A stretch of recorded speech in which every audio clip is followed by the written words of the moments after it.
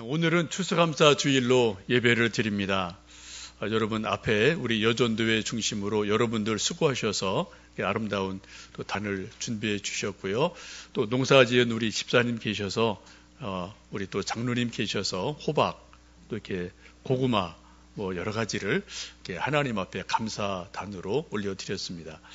이따 보시면 알겠지만 고구마가 아주 독특해요. 한 줄기에 여러 가지가 이렇게 맺혀 있어서 참 풍성한 열매를 하나님께 올려드리게 됩니다. 또 감사한 것은 오늘 조금 있다가 세례식을 베풀고 입교식을 하게 돼서 또 한 영혼의 열매를 또 하나님 앞에 올려드리게 돼서 감사드립니다.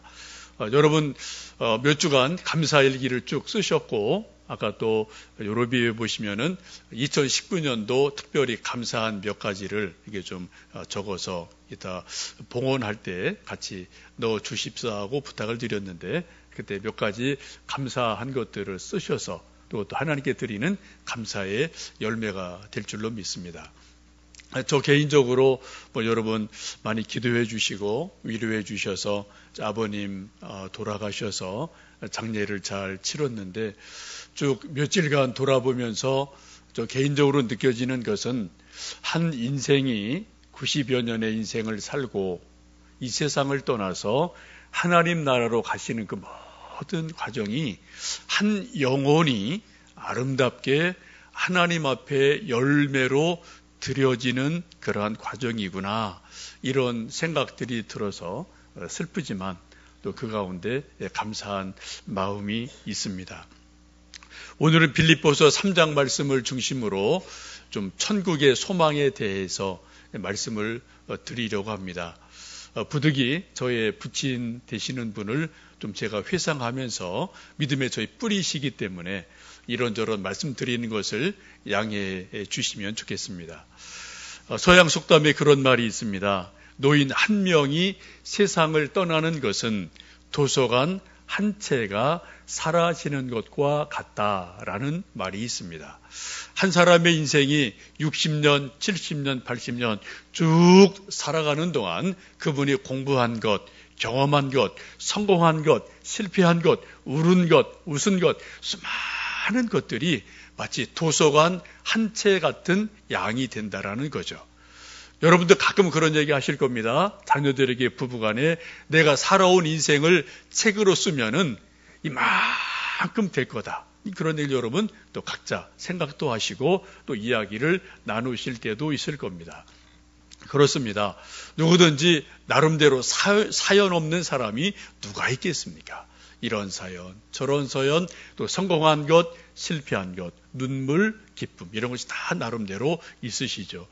저희 아버님께서도 이제 일제시대에 태어나셔서 소위 소학교를 다니셨습니다. 그리고 전도부인이라는 분이 옛날에 있었죠. 그분들이 시골까지 오셔서 전도를 하셔서 이제 어릴 때 10대 초반에 예수님을 알게 되고 믿게 되셨습니다. 그런 분들이 쭉 이렇게 모여져서 가덕교회라는 교회가 세워지게 됐고 초대 장로님으로 세움을 받으셨습니다. 사진 하나를 좀 보여드리겠습니다. 저거는 이제 새로 지은 예배당이고요. 감나무가 있고 또 이쁜 예배당인데 또 이제 그 전에 옛날 예배당이 있어요. 네, 저 사진을 보시면 저희들 장례를 다 마치고 또 이제 사진을 찍었는데 좀 허름하지만 저도 기억이 납니다. 저 예배당 제가 어릴 때 어른들, 청년들, 주일학교 학생들 다 갱변 한 1, 2km 떨어진 갱변까지 쭉 나가고 교회까지 줄을 서서 10m, 20m 줄을 다 서서 바켓으로 또 대야로 모래를 또 자갈을 퍼서 쭉 연결하면 또 건네줘서 갱변이라고 그래요. 갱변에서 모래와 자갈을 파서 교회까지 옮기고 어른들은 시멘트 콘크리트 쳐서 벽돌 만들고 그렇게 해서 지었던 아주 오래된 예배당입니다. 저도 저기에서 어린 시절 예배를 드리고 교회 학교에서 선생님들 가르침을 받고 기도하고 청년 때까지 왔다 갔다 하면서 저곳에서 예배를 드렸던 곳이기도 합니다. 저희 가덕교회가 뭐 큰 교회는 아니지만 시골 교회지만 목회자가 한 20명 이상이 배출된 교회입니다. 저희 집에서도 작은 아버지 성결교회 목사님으로 목회하시다 돌아가셨고요. 저희 형님 또 저 이렇게 세 사람이 목회자가 됐고, 저희 바로 이렇게 담 아래 사시던 손 장로님 댁이 계시는데 그 댁에서도 목회자 세 사람이 세워지는 그런 기쁨이 있는 교회이기도 합니다. 형님이 이제 개척을 하셔서 아버님 시골에서 청주로 나오셔서 형님과 더불어서 영광교회라는 교회를 열심히 세우셨고, 이제 40년쯤 되는 그런 교회가 세워지게 됐습니다. 저희 아버님 한 3년 오전에 새벽 기도에 다녀오시다가 좀 택시에 부딪히셔갖고 조금 다치셨어요. 그래서 저희들 자녀들이 이제 더 이상 새벽에 교회 나가시는 것은 위험합니다. 극구 만류를 해서 또 좀 집에서 밤에 기도하시고 새벽에 기도하십시오라고 권면을 드렸고, 주일 예배는 왔다 갔다 하셨지만 그때부터 밤낮으로 새벽에 기도를 하셨습니다. 저희 아버님이 마지막까지 기도하셨던 침대를 좀 보여드리고 싶습니다. 아버님께서 이제 병상에 좀 누워 계시고 몸이 조금 불편하시면서 평생 누우셨던 침대 머리 부분인데, 거기 보시면 이렇게 좀 사진이 있어요. 자녀손들 쭉 사진이 있고, 거기에 조그맣게 위에 빨간 테이프로 십자가를 이렇게 만들어 놓으시고, 그 밑에는 여러 가지 기도 제목을 이렇게 막 적어 놓으시고, 새벽마다 밤마다 무릎을 꿇으시고 저 침대 머리맡에서 교회를 위해서, 자녀들을 위해서 기도를 하셨던 아버님이기도 합니다. 저 침대가 마지막 아버님이 기도하셨던 그러한 마지막 기도처이고, 또 그러한 또 아름다운 예배당이 아닌가 생각을 하게 됩니다. 올 2월 달에 우리 온 가족들이 이제 아버님 연세 높으시고, 또 이제 어머님 구순되시고, 또 이제 두 분 결혼하신 지 70년 되셔서 한번 감사 예배를 드린 적이 있습니다. 그리고 4월 말쯤에 아버님 또 이제 갑자기 뇌졸중이 좀 오셔서 혼수 상태에 계시다가 한 일주일 만에 다시 회복이 되셔서 병원에 왔다 갔다 하시는 시간이 한 6개월 정도 있었습니다. 제가 종종 이제 또 내려가서 아버님 병상에 계실 때 무슨 말씀을 해드릴 수 있을까 참 고민이 되더라고요. 가까이 있는 아들딸이 효자이고요, 멀리 있는 아들딸은 아무리 해도 불효라는 생각이 참 많이 들었습니다. 병상에 누워 계신 아버님과 이런저런 이야기를 하고 기도해 드리고, 그런데 매번 갈 때마다 목사인 제가, 아들인 제가 아버지께 드렸던 말씀은 구원의 확신이 있으십니까? 정말 천국의 소망이 정말 있으십니까? 라는 말씀을 말씀드리고, 천국에 대한 이야기를 매번 갈 때마다 말씀을 드렸어요. 감사한 것은 저희 아버지께서 믿음의 아버지였기 때문에 천국 이야기를 하시면은 얼굴에 활짝 미소가 피고 마치 어린아이처럼 정말 해맑게 웃으시는 그러한 모습을 매번 뵐 수가 있었습니다. 저로서는 너무나 감사한 일이고 많은 위로가 되었습니다.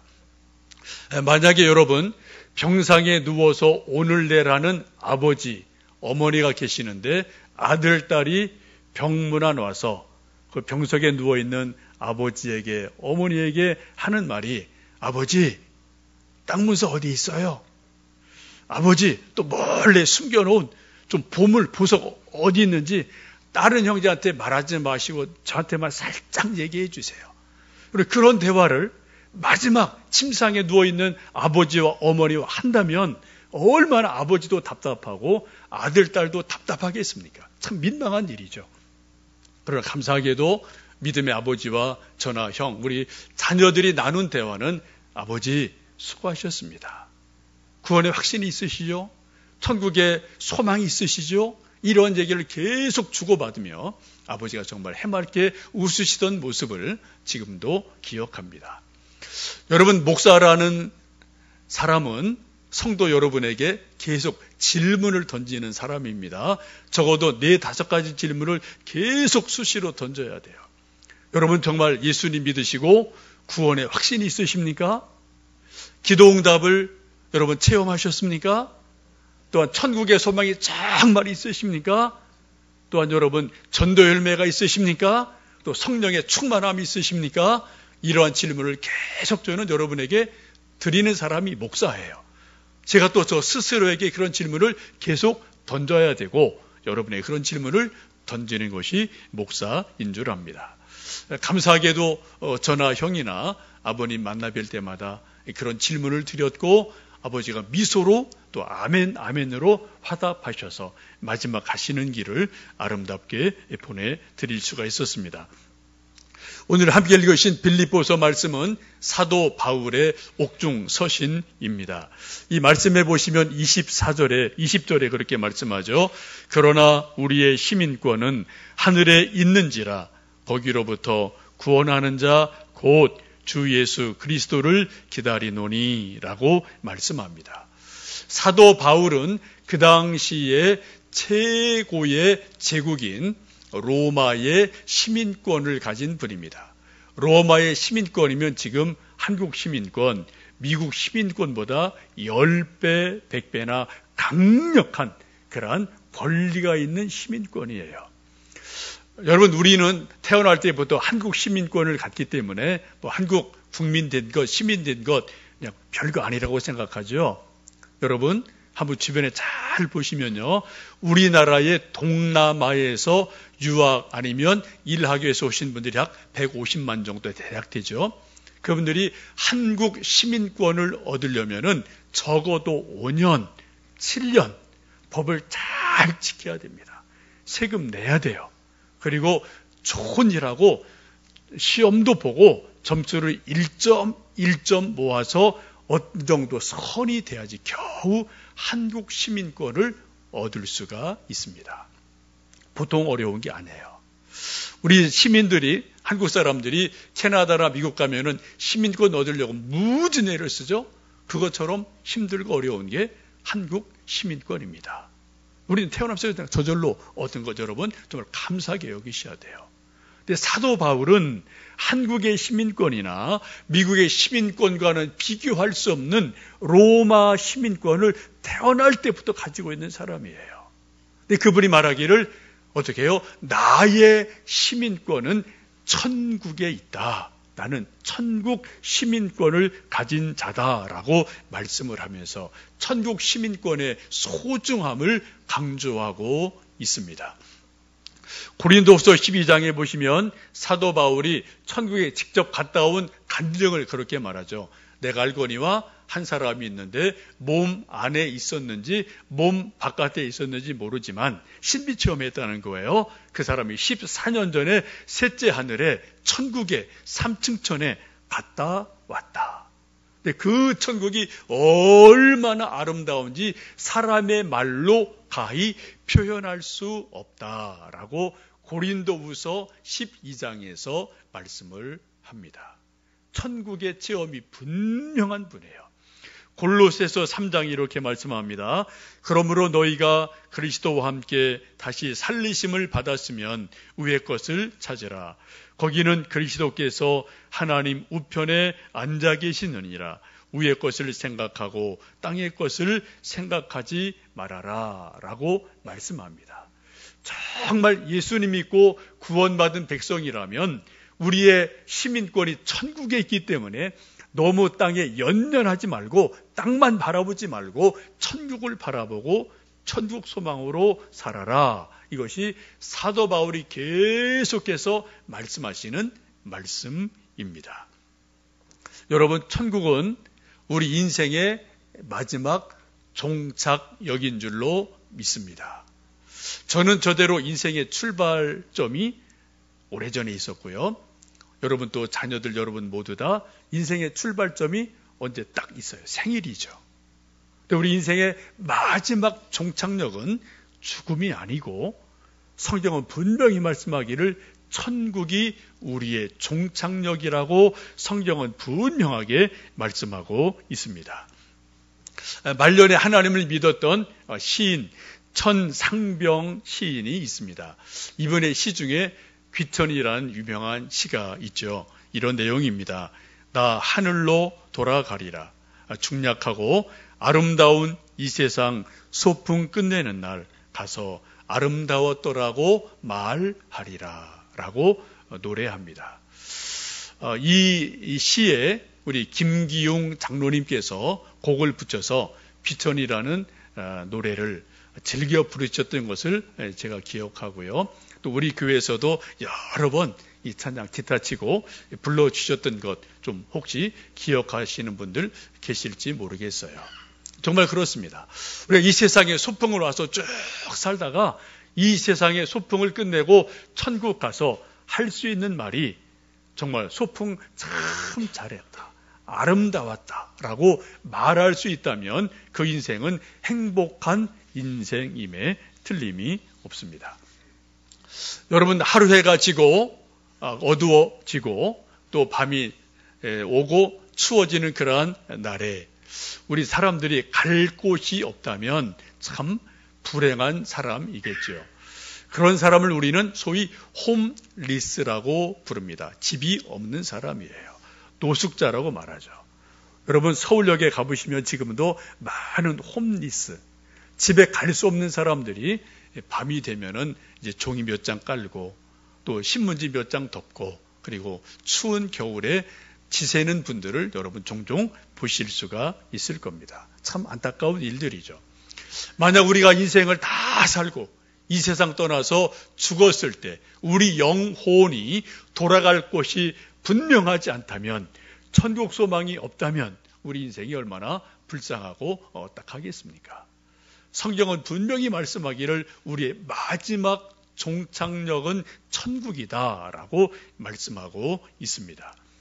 종교개혁자 칼빈은 우리 믿음 생활을 세 가지로 딱 아주 심플하게 요약합니다. 자기를 부인하는 삶, 자기 십자가를 지고 예수님을 따르는 삶, 천국을 묵상하는 삶, 이것이 우리 신앙생활의 핵심이다라고 이야기를 합니다.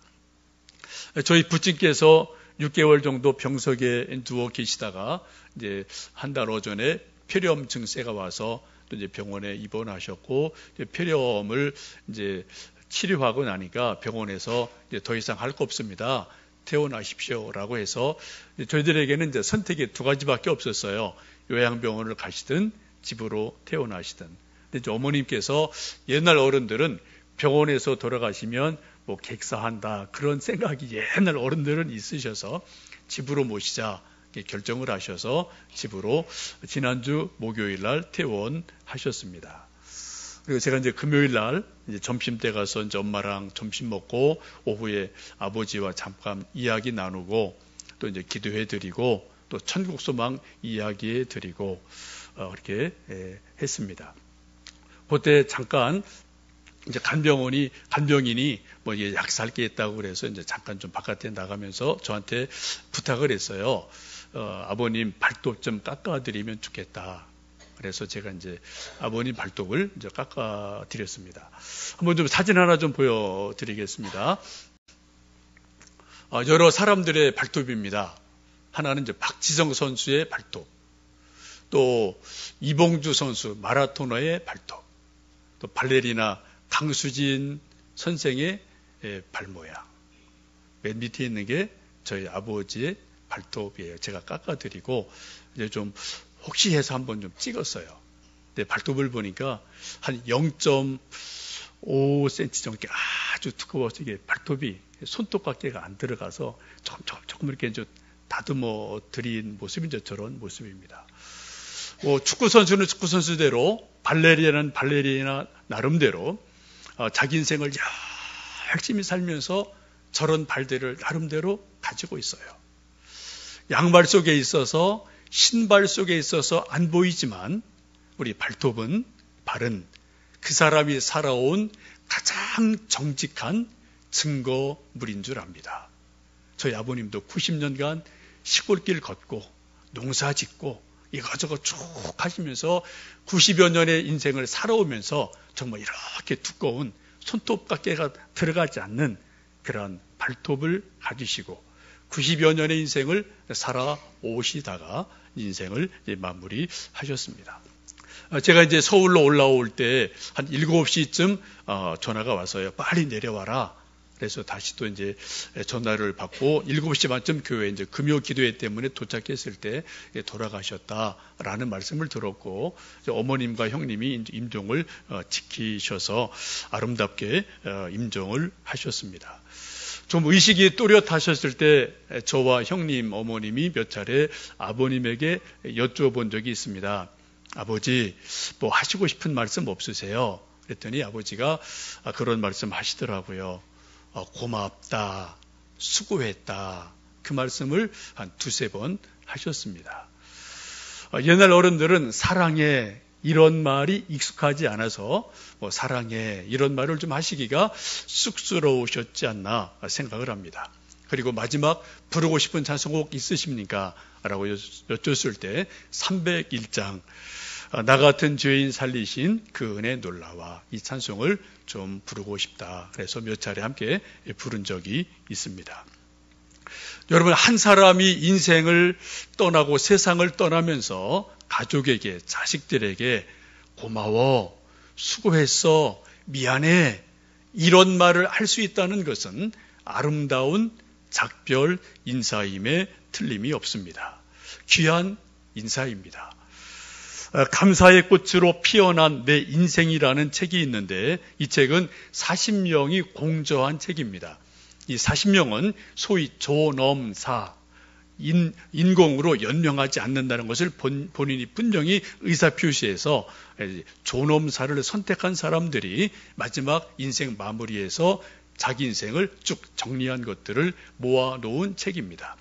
이 책의 공통된 점은 이분들이 다 작별 인사할 때 이렇게 했다는 거예요. 한결같이 미안하다, 고맙다 이 두 마디 인사를 다 모든 사람이 했음을 볼 수가 있습니다. 미안하다, 고마워, 수고했어, 사랑해 이런 말로 우리는 정감 언어라고 말합니다. 가슴의 언어예요. 이게 머리의 말이 아닙니다. 논리적인 말이 아니에요. 정말 가슴 깊이 있던 그러한 것들을 가족에게, 자식에게, 누구에게인가 말할 수 있다는 거죠.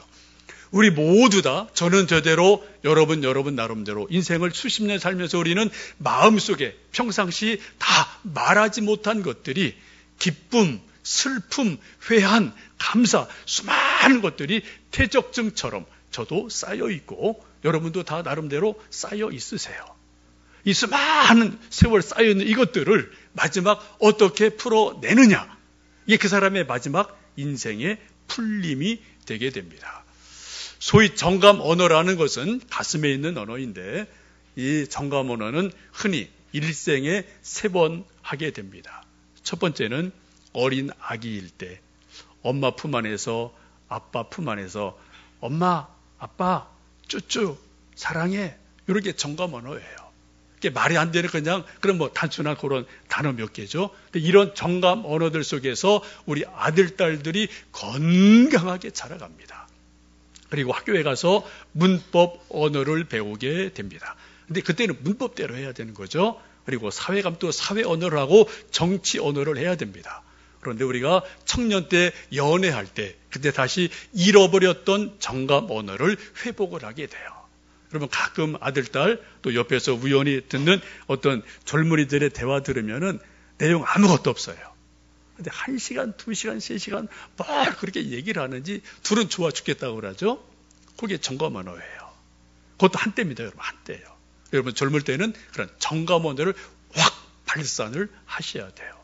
그러다가 이제 뭐 한 생에 쭉 사시다가 마지막 인생의 정감 언어 할 수 있는 때가 마지막 죽음을 앞에 둔 어떤 때입니다. 이 시점에서 수십 년 살아온 자기 가슴 속에 있는 언어들을 때로는 고마워, 수고했어, 정말 미안해 이런 몇 마디 말로 말할 수 있는 사람은 행복한 사람임에 틀림없습니다. 이게 다 풀어져요. 속에 있던 모든 회한들이, 모든 슬픔들이 감사일이 다 그 몇 마디 정감 언어 때문에 다 풀어지게 되거든요. 저희 어머님도 그런 얘기 하셨어요. 할아버지한테 뭐 시집살이 나름대로 다 하시죠. 근데 돌아가시기 한 일주일 오전에 아침상 받으시고 자네 수고했네, 고마워. 그 말씀을 그냥 할아버지가 하시더래요. 근데 수십 년 쌓여있던 시집살이의 억눌림이 그 한두 마디 말로 인해서 어머니 속에 다 풀어졌다. 그런 얘기를 제가 들은 적이 있습니다. 우리 어머님들, 아버님들, 연세 높은 분들, 우리 또 자녀들, 우리 인간은 똑같아요. 우리가 여러분 가끔은 우리 가슴속 깊은 곳에 있는 쌓여있는 그 무엇인가를 정감 언어로 풀어낼 때 그때 행복이 있고 감사가 있습니다. 여러분 돈 많다고 행복하고 절대 안 해요. 권력 있다고 행복한 거 절대 아닙니다. 우리 속에 있는 정감 언어를 가족끼리 누구와 함께 한두 번 진심으로 나눌 때 그때 진짜 행복이 있어요. 마음이 가벼워집니다. 감사가 일어나게 될 줄로 믿습니다. 여러분 성경에서 하나님이 우리에게 계속 하시는 말씀이 무엇입니까? 하나님이 우리를 사랑하신다는 거예요. 요한복음 3장 16절에 하나님이 세상을 이처럼 사랑하사 독생자를 주셨으니 이는 저를 믿는 자마다 멸망치 않고 영생을 얻게 하려 하심이라고 말씀합니다. 우리 오늘 추수감사 예배를 드리고 세례를 받고 입교하는 것도 하나님 앞에 감사한 마음을 드리고 단을 쌓고 예물을 드리고 혹은 또 몇 가지 글을 쓰면서 우리 가슴 깊은 곳에 있는 하나님 아버지 정말 감사합니다. 하나님이 정말 감사합니다. 그런 감사의 표현을 드리고 가슴속에 있는 정감 언어를 하나님 아버지께 드리는 시간이 될 줄로 믿습니다. 오늘 여러분 댁에 돌아가셔서 또 이제 맛있는 저녁도 드시고 혹시 가족끼리 또 여러분 그동안 못한 이야기가 혹 있으시다면 가슴속에 있는 정감 언어를 한번 좀 풀어내시면 또 그동안 답답했던 것들이 풀어지고 감사가 있고 아, 참 감사하다, 행복하다 이런 것들을 느낄 수 있는 그러한 시간이 될 줄로 믿습니다. 특별히 오늘 입교하고 세례받는 우리 귀한 은서 또 우리 지연이 축복하고요. 하나님의 은혜가 넘쳐나기를 주님의 이름으로 축복합니다.